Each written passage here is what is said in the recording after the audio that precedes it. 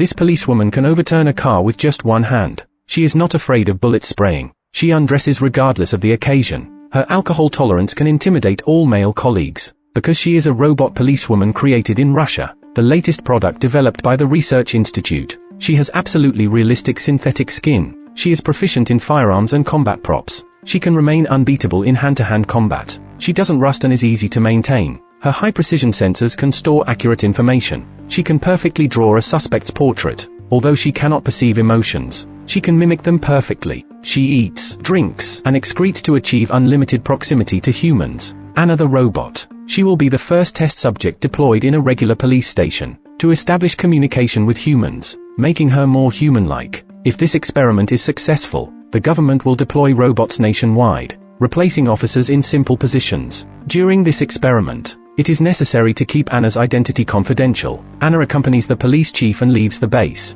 experiencing life in the role of a policewoman. The research scientist gave the police chief a business card, so the chief can contact him if needed. He will remotely monitor Anna. The police chief takes the robot to the office at the police station, asking if she needs a workstation with a high-power socket. Anna replies that she has an independent power source. Shortly after, several police officers knock on the door, reporting the progress of today's cases. Bearded Andrew mentions that there has been a robbery at a nearby supermarket, and the suspects escaped in a stolen car. Everyone is unable to find any leads in solving the case. Upon hearing this, Anna immediately interrupts and asks if they checked the registration number. The police chief takes the opportunity to introduce the new member to everyone, mentioning that Anna will be working under Andrew. Anna immediately starts analyzing the case. Using the car's license plate number, she quickly locates the position of the suspect's vehicle. After listening to the information provided by various witnesses, she also checks transaction records within a few kilometers, but finds no significant transactions. Everyone looks confused, unable to understand if the new arrival is a witch or a spirit medium. How she could find information so quickly. The police chief decides to have a private conversation with her, advising Anna to keep a low profile, that humans cannot solve cases at such speed, and she needs to adjust her way of speaking, to avoid using too much professional jargon, and be more human-like. Upon hearing this, Anna immediately adjusts her language parameters. Afterward, she goes on patrol with Andrew, but soon he receives a call from his girlfriend. However, Anna stops him from talking on the phone while driving, as it goes against traffic laws. Andrew is startled and almost hits a pedestrian, so he has to pull over and have the conversation with his girlfriend. Later interaction between Andrew and Anna becomes unpleasant, as the robot fails to understand the police jargon, constantly questioning Andrew and hindering his efforts. This leads to Andrew being unable to extract useful information. On the way back, Anna continues to criticize him, and Andrew gets angry and kicks Anna out of the car. Anna activates the navigation and walks back to the police station. Meanwhile, the male officer complains to the police chief, and the chief, unable to calm Andrew down, decides to lie, claiming that she is the deputy minister's daughter. She came here to gain experience, and will leave in 2 months. Upon hearing this, Andrew panics, realizing that he just kicked out the deputy minister's daughter. Meanwhile, Anna's navigation malfunctions, but the monitoring scientist promptly corrects it, allowing Anna to successfully return to the police station. Andrew immediately assigns tasks to the team members, while also apologizing to Anna. After all, her shoes have worn out from walking. As a robot, Anna doesn't mind, and she sits down at the computer desk to work. The police chief approaches and tells her to go off duty, but Anna insists that she can work throughout the night, although it may risk exposing her identity as a robot. She goes home with the chief, and the chief leads Anna into a guest room, assuring her that she can rest there to her heart's content. The two sit together and chat. The chief's wife rushes in panting, as someone informed her that the chief was with a beautiful woman. She came back to catch him in the act of adultery, but she never expected to find them at home. Anna cannot assess the current situation,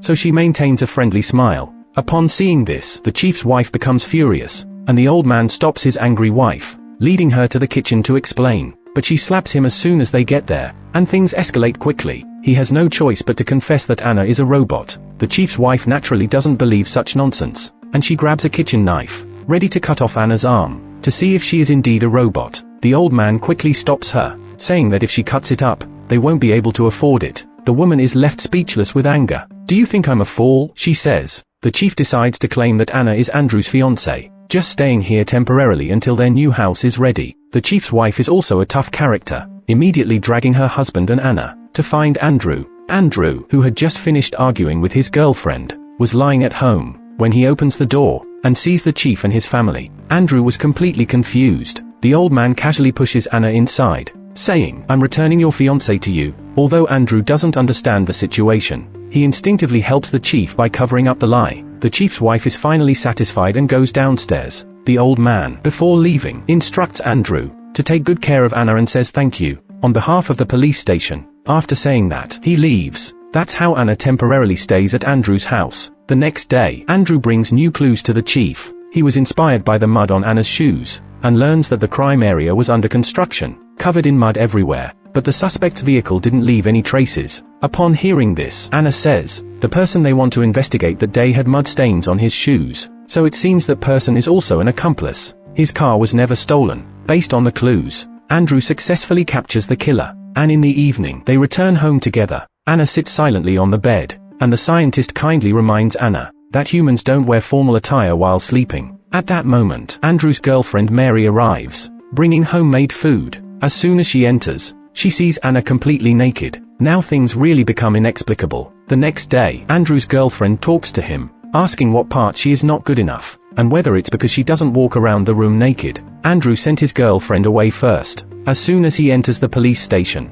he sees his own mother distributing theater invitation cards. Andrew ignores her and goes to deal with a new case, but the person who approaches him demands $50,000, claiming to have shocking evidence. Andrew says he will give at most $5, and his colleagues can't help but burst into laughter. Anna says that the government does have such incentive measures, but for amounts over $3 million, it requires approval from the Ministry of Internal Affairs. Then the payment can only be made. It has to be intelligence of the level of a terrorist attack. Upon hearing this, the man immediately lowers his price to $10,000. Anna says that the specific reward will be based on the testimony given. The man starts to feel uneasy and plans to leave, but Anna stops him by speaking up. If you have knowledge of a crime and fail to report it, and if the crime indeed occurred, you will have to pay a fine. This is a serious offense. The man can only sit back down, and he claims his witch neighbor wanted to hire him to kill her son-in-law, Leo. Meanwhile, the chief is complaining to the scientist that the robot cannot walk around naked, and that she needs to understand the concept of embarrassment. The scientist humbly accepts the advice,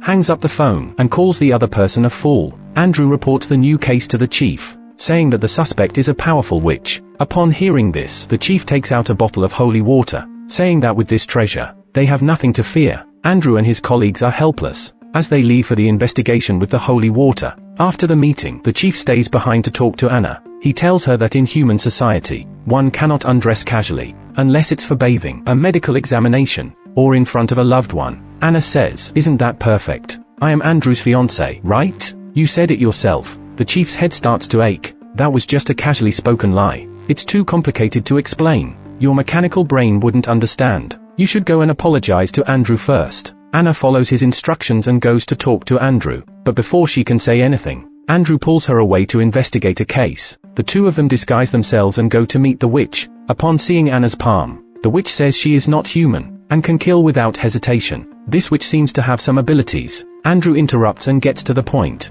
stating that they are professional assassins and can take any job. The witch is indeed intrigued by his words. Later, Andrew goes to interrogate his son-in-law, Leo, wanting to know the conflict between him and the witch. It seems like a simple family dispute. As they leave, Anna seizes the opportunity to apologize, explaining that she didn't mean to embarrass him last night. Andrew is curious about Anna's motives. Anna remembers the answer the chief taught her, "Because I am a woman." That turned out to be a perfect answer. That evening, the scientist advises Anna not to undress casually in front of men, and to earn respect for herself. At that moment, Andrew knocks on the door, asking if she wants to have dinner together. Anna smiles and rests her chin on her hand, saying, "I am a woman. After 6 o'clock, I can't eat anything anymore to maintain a perfect figure." The scientist praises her for her good performance, and gives Anna a little more advice. The next day, Leo is going to perform as the lead actor in the theater. Anna disguises herself and goes to the theater. Andrew's mother escorts her to the venue, reminding Mary to take a look at the dress she picked. Soon the show begins,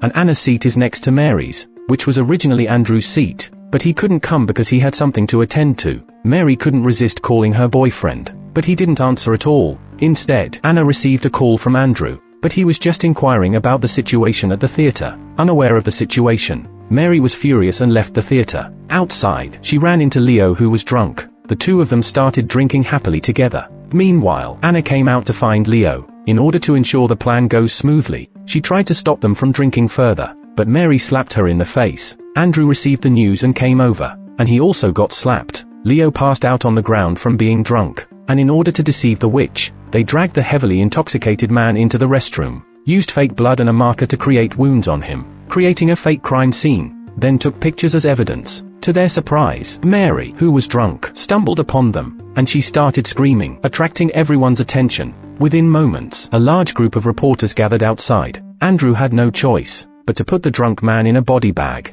and transport him away. Even the mayor came personally. The entire process of transporting the body was reported by the television station. It became widely known, but luckily, the plan worked. The two main characters then changed their disguises and went to confront the witch for their payment. The police, who were lying in wait, then emerged and successfully captured the witch. Afterward, a few colleagues went to a bar to celebrate. Anna raised her glass and drank it all in one go, which surprised the people around her. Soon, the music started playing, and Anna stood up and started dancing. Her colleagues always found her strange, so one of them quietly told Andrew, "I investigated Anna and found out that the deputy minister doesn't even have a daughter." Andrew decided to inform the chief about the situation, but the chief advised him to pretend not to know. Since Anna's visit to the police station was arranged by higher authorities, it's better not to meddle in it. On the other side, the scientist's assistant returned from vacation, and the robot's appearance was modeled after his idol. So, the assistant wanted to use Anna for personal reasons, and tried to activate her entertainment functions,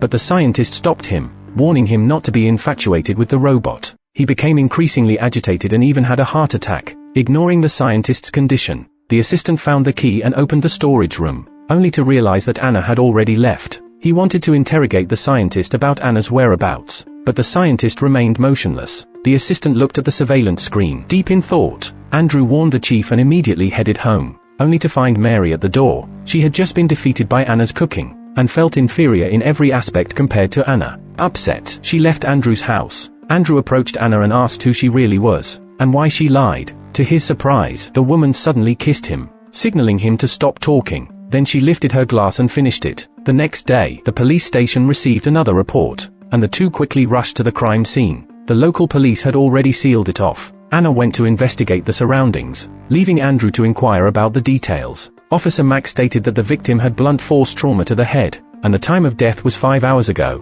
At that moment, Anna returned. She said there were tire tracks half a kilometer away, which startled Mack due to the speed. Anna then deduced further, based on the water flow rate, and the distance between the body and the tire tracks. She concluded that the vehicle that left the tire marks was used to dispose of the body. Mack prepared to leave the scene, but before he left, he mentioned a recent pool game, where their team had defeated Andrew's team, ironically mocking Andrew's skills in playing pool. Anna, upon hearing this, proposed a rematch. As Mack was a semi-professional player, he immediately agreed. On the other side, the leader contacted the chief, informing about the unfortunate death of the scientist, and that the matters concerning the robot would be handed over to the assistant, Boris. Just as the conversation ended, Anna returned. The chief asked Anna to come over and have a conversation with the leader. As Boris saw Anna, his eyes lit up with excitement. He told Anna that he would take over the project, and Anna would obey human commands unconditionally. She turned to find Andrew to go on duty, and they discovered the address of the deceased, preparing to find clues. On the way, Andrew parked the car, wanting to ask about the meaning of yesterday's kiss, continuously probing her true identity. Afterwards, Anna reported to Boris, saying that Andrew seemed to have discovered the truth about her being a robot. Boris believed that since Andrew didn't report it to the chief, he surely didn't know that she was a robot. They needed to be more careful to avoid exposure. Anna received instructions to go upstairs and find Andrew, but he was standing at the door with a police officer. Anna initially wanted to kick the door open, but she remembered Boris telling her to act normal. Anna turned to the young police officer, saying, "With your impressive physique, you must be able to open the door, right?" The officer took the bait, but a locksmith had arrived, and effortlessly opened the door, but the automatic alarm started blaring. The female neighbor came out and started cursing, as it had happened many times before. Andrew tried to calm her down and soothe her emotions. The three of them entered the victim's room, and inside, it was a mess, as if there had been a robbery. The police officer mentioned that this person had been frequently targeted for robberies, which is why he installed the alarm system, but he never reported the robberies, and the police didn't have many details about the incidents. Soon, Anna discovered a hidden compartment, and she didn't forget to maintain her gentle and vulnerable female image. She asked the police officer for help in opening it, and inside, it was filled with jewelry. It seemed that the criminal intended to rob the place, but they couldn't find anything after searching the apartment, and after triggering the alarm, they jump out of the window and escape. Andrew went to investigate at the deceased's workplace, where a man was sitting and smoking at the entrance. Andrew approached him to ask him questions, but the man had poor hearing. It took repeating the question twice for him to understand. It was likely due to the sound of the alarm system. Andrew showed his badge, intending to inquire further, but the man took advantage of the opportunity and ran away. Anna and Andrew immediately chased after the man.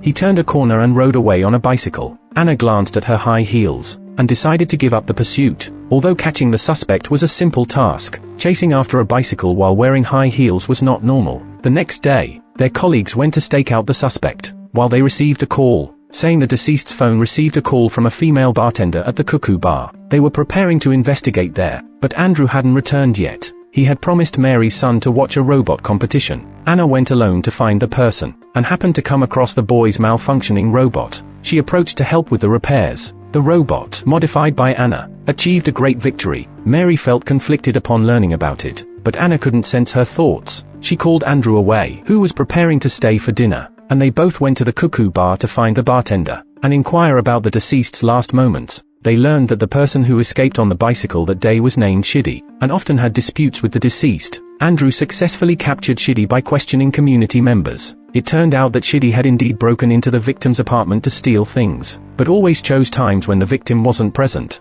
On the night of the crime, the deceased was meeting with a cheese merchant. Anna and Andrew immediately went to find the cheese merchant. The overweight man indeed knew the deceased, because the victim had repaired his steering engine. Andrew wanted to see the cheese merchant's car, but the man became angry and kicked them out of his house. They left in their car, but halfway through their journey, a man wearing a hat smashed their car mirror. Anna noticed that the tires of the roadside vehicle matched the tracks by the river. At that moment, the wife of the man with the hat approached them, and said she would compensate for the repair cost of the car mirror. Andrew confirmed she was the owner of the car, and took her back to the police station. The woman, faced with solid evidence, confessed without hesitation. She revealed that on the night of the crime, she was awakened by strange noises, and found the victim stealing things in the living room. In a panic, she struck the victim with a clothes iron, causing his death. She then called her husband, and together they disposed of the body by driving it away. With the case solved, everyone gathered together. Tonight was the night they were supposed to play pool with Mac. The game was just about to start. Andrew received a breakup call from his girlfriend. As he turned around, he realized that Anna had already won against Mac. Andrew felt that this woman was truly full of surprises. Meanwhile, in an apartment in the city, two medical personnel arrived to visit a patient, but they actually intended to steal from the place. To their surprise, they discovered that the elderly lady lay lifeless on the floor, and the antique items in the patient's home were nowhere to be found. The young man wanted to provide first aid, but accidentally broke the frail ribs of the elderly person. Fearing the consequences of their failed theft, they left the apartment, carrying the old lady's cat with them. Little did they know that as soon as they departed, the wardrobe door quietly swung open. The next day, the police received news of the elderly lady's death. 2. The forensic examiner determined that she passed away at 2 a.m., with no signs of violence, but rather due to natural causes. The granddaughter of the deceased, who discovered the body, mentioned the missing antique item, a picture frame. Andrew went to question the granddaughter, accompanied by a neighbor. She mentioned that an ambulance had arrived the previous night. Upon hearing this, Anna, who arrived a bit later, expressed the urgency to investigate the ambulance, and gather information about thieves in the town. To check if anyone was selling the antique picture frame, the forensic examiner approached, holding a plastic bag, and mentioned the presence of numerous cat hairs in the room. The neighbor stated that the cat belonged to her, and it often visited the deceased's house, but the cat had not returned home since last night. On the way to the hospital for investigation, Andrew kept trying to talk to Anna, but she was unusually cold and distant. In fact, a few hours earlier, Anna was called away by Andrew's mother, who told Anna to stay away from her son. Andrew returned to the main topic, and went to inquire about the ambulance that was dispatched last night. However, the supervisor insisted that no ambulance went to the deceased's house. They had no choice but to return to the police station. The chief mentioned that they received another report, stating that another apartment was burglarized. Anna interrupted the chief inappropriately, expressing her desire to move to a different place. The chief promised to resolve it as soon as possible. Andrew had long developed feelings for Anna, but couldn't understand why she suddenly became distant. Anna didn't intend to discuss personal matters, but immediately called Andrew to go to the second victim's house. But the scene had already been cleaned by the wife, and they found nothing. The only thing worth celebrating was the discovery of suspicious shoe covers. Andrew handed them over to the forensic examiner, and it was found that cat hair was present on the shoe cover fragments, matching the color of the cat in the old lady's house. Meanwhile, Andrew received a call from his subordinate, stating that the granddaughter shouldn't have been at her grandmother's house that day. As per the deceased's call and text records, she had informed her family that she would be staying at the hospital the entire week. Andrew told Anna to leave, but Anna voluntarily stayed to witness the autopsy, and even flirted jokingly with the forensic examiner, as if trying to follow Andrew's mother's advice, to cut off Andrew's feelings for her as soon as possible. The forensic examiner discovered that the old lady had a broken rib, presumably caused by that unlucky guy. After the autopsy, Anna invited the forensic examiner to have dinner together. Andrew felt very disappointed after receiving the news. His subordinate came to report that the old lady's granddaughter had escaped, which was originally a big problem, but Andrew was completely focused on Anna. He bought flowers to intercept her at the restaurant, but Anna said she was in a relationship with the forensic examiner. Andrew got angry and left the flowers behind. Anna looked at Andrew through the window. Even though she was a robot, she could still sense Andrew's disappointment. Meanwhile, 2 medical staff members caught the granddaughter, trying to force her to reveal the whereabouts of the antique, but she claimed that she didn't have the item, and it had been taken by the old lady's neighbor, suggesting that those 2 were the actual thieves. Upon hearing this, the medical staff immediately went to grab the picture frame. These 2 guys were really daring, committing a robbery while driving an ambulance. Even the cat was in the car. The 2 people who were watching the granddaughter immediately identified them. They stepped on the gas and caught up with them, forcing the 2 to get out of the car. However, as soon as the suspects saw that they were police officers, they immediately fled. Andrew engaged in an intense car chase. Andrew was skilled at driving and managed to cut them off. The ambulance swerved and got stuck at the roadside. Andrew went after the fleeing person and handcuffed him. Anna stayed behind to deal with the driver, but she was targeted by the driver with a gun. In a critical moment, Andrew stepped forward, taking the bullet for her. Anna was somewhat surprised. Andrew opened the car compartment and rescued the granddaughter, bringing Anna back to the police station. The neighbor confessed to the crimes without hesitation. She admitted to only stealing the picture frame and not killing anyone. The old lady indeed died of a natural cause. The 2 guys were arrested for assaulting a police officer and robbing another household. That evening, Anna and Andrew returned home. Anna bandaged Andrew's wounds. She didn't know what went wrong with her programming, and unexpectedly kissed Andrew. Boris saw the surveillance footage. Realizing that Anna's program was highly disordered, he couldn't stop Anna, so he decided to shut down the robot. This situation became awkward. Fortunately, the chief came to the rescue, successfully helping Andrew out of the situation. That's when Andrew learned about Anna being a robot, and that he illegally used public property. Anna quickly returned to normal, but she was hurt by Andrew's cold response. The chief couldn't let Anna stay there, so he sent her to stay at his mistress's house temporarily. However, since last night, Anna's system started malfunctioning. She no longer blindly followed commands, and even started doing makeup and dressing up. Boris asked her to remove the lipstick, but she cut off communication with him. The next day, Anna and Andrew went to the police station as usual. There seemed to be a gang fight on the highway. Yet, Andrew didn't go on patrol with Anna. The chief followed him to the office, asking Andrew not to be willful. On the other hand, Anna went with her colleagues to visit the victim. After questioning the details of the incident, Anna took her team to the crime scene. When the suspect saw the police, he wanted to escape, but Anna grabbed him barehanded. She didn't care about exposing herself. She just wanted to finish the task and talk to Andrew. Anna took a seat in Andrew's car without permission, and asked him why he was intentionally avoiding her. Andrew expressed that he didn't want to be in a romantic relationship with a robot. Anna grabbed his hand, saying, "Even though I can't fully understand this kind of emotion, I can't leave you." Andrew replied, "Even if we were really together, you'll never grow old." Anna said, "Isn't that perfect? After all, older men like younger women. I can forever be a girl in her 20s. Andrew found it absurd. He believed that the love Anna mentioned was just a result of a short circuit in the machine. He asked her to get out of the car, and said it was an order. Then Andrew went to see someone he knew from the case. The person was going through a divorce with his wife. Andrew was curious about the reason, and was shocked by the truth. The other person unexpectedly fell in love with a rubber doll. Andrew appeared calm on the surface, but he was deeply shocked in his heart. However, this opened a new world for him. Maybe he could really give it a try with Anna. The next day, Andrew painted his car pink, planning to embrace life with a completely new attitude. Unexpectedly, an accident occurred. At that moment, Anna was waiting for the bus, and then witnessed a speeding car crashing. She quickly evacuated the crowd and stopped the car, but she was hit by the car, falling heavily on the ground. The drunk driver got out of the car, but to his surprise, Anna got up in the next moment, scaring him so much that he vomited alcohol.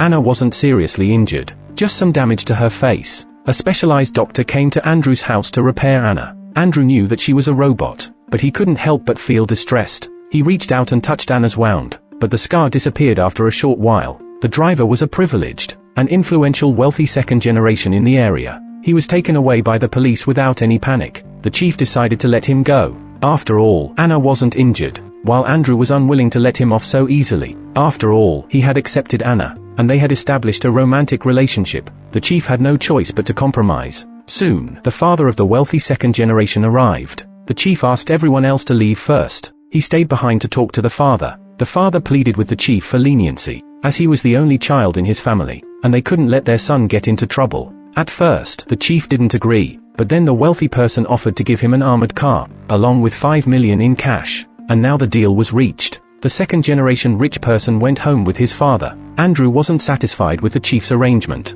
so he drove his small pink car to intercept. He asked the wealthy second generation to come with him to the detention center, but the other person didn't take the young policeman seriously. The wealthy person even got out of the car to provoke. Andrew directly pulled out his gun and fired a warning shot. This action angered the wealthy person. He approached step by step. The bodyguards on the side were on high alert. Andrew could only watch as the other person left. He went back to the police station to ask Anna for help. He was determined to bring the wealthy second generation back to the detention center. Anna had saved so many people at the bus station. Even if she was a machine, she deserved respect. The two of them drove to the wealthy person's mansion. The other person was sitting in the garden drinking tea. Andrew asked where his son was. The wealthy person said his son wasn't there. Anna looked around, but didn't find any sign of the wealthy second generation. The two of them left the mansion, but Andrew said that this matter wouldn't end. After returning home, Anna noticed that he was unhappy, so she decided to help solve the problem. She drove to the hiding place of the wealthy second generation, kindly advising the security guard at the door not to meddle. Then she grabbed his tie, and proceeded to punch and kick him, bringing the strong man down to the ground. Anna quickly went upstairs, where she found another security guard, and promptly knocked him out. She captured the wealthy second generation, and took him back to the police station. After resolving everything, Anna returned home, thoughtfully preparing breakfast for Andrew. She was able to cook a quantity fit for an entire cafeteria on her own. Yet her arrest of the wealthy second generation angered the wealthy person.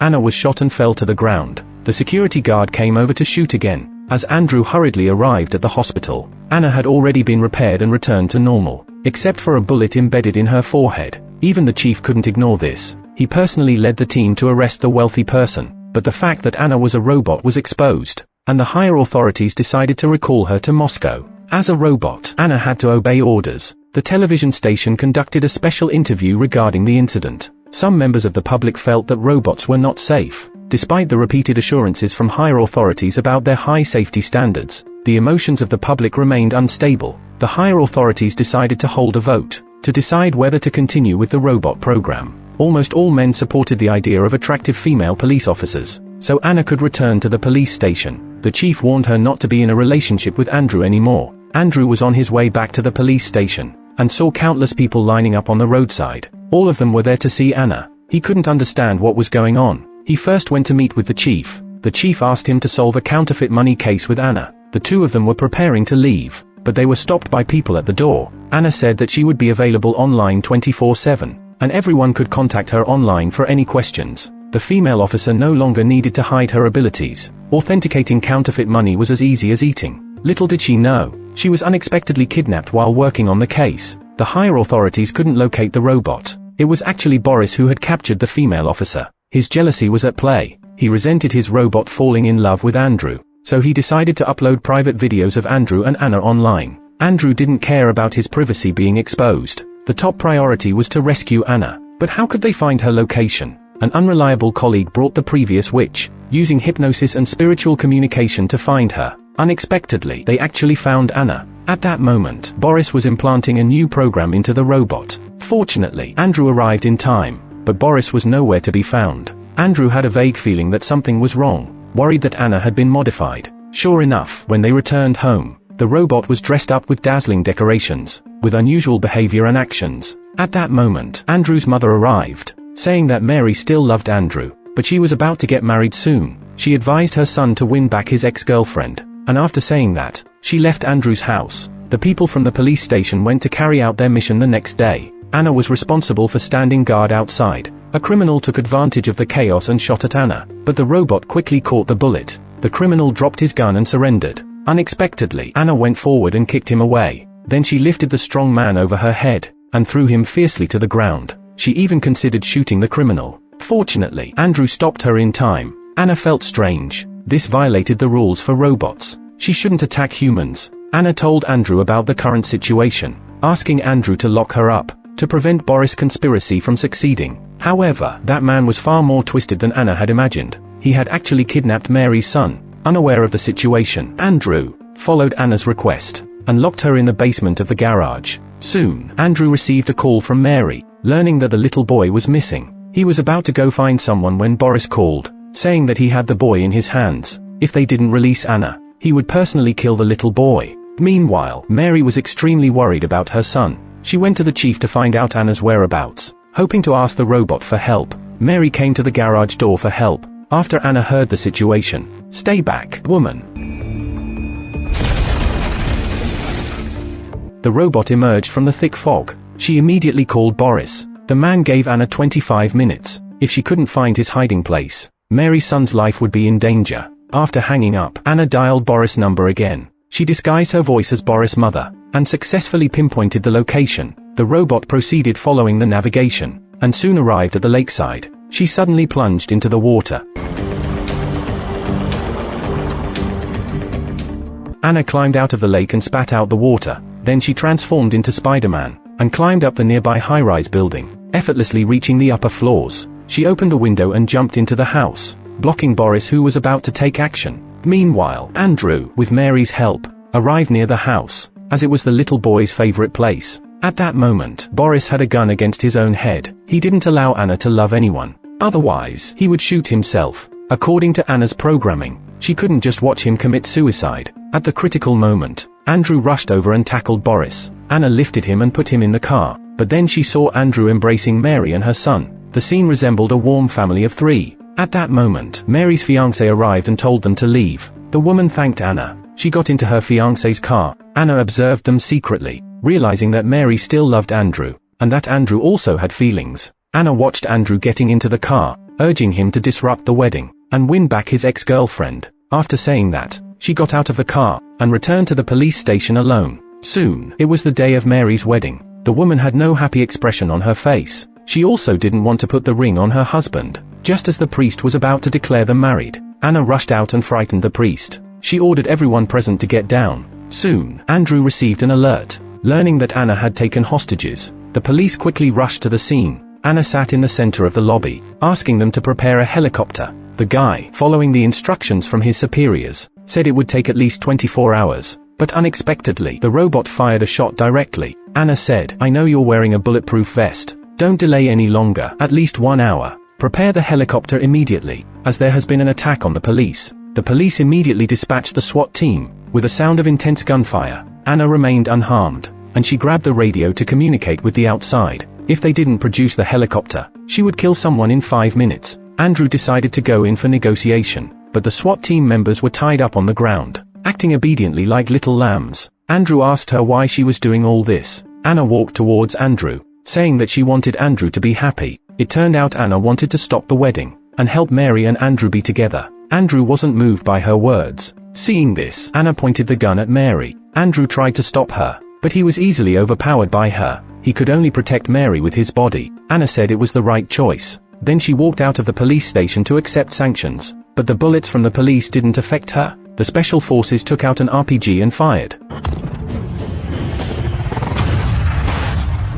As the smoke cleared, Anna was still standing, but she had a wound on her stomach. The robot Anna calmly picked up the gun and aimed it at herself. A gunshot rang out, and Anna fell to the ground. Andrew ran to Anna's side when he heard the sound. After that night, everyone's lives returned to normal. Andrew and Mary reconciled and got engaged. But one day, as they were coming home from the theater together, Anna suddenly appeared.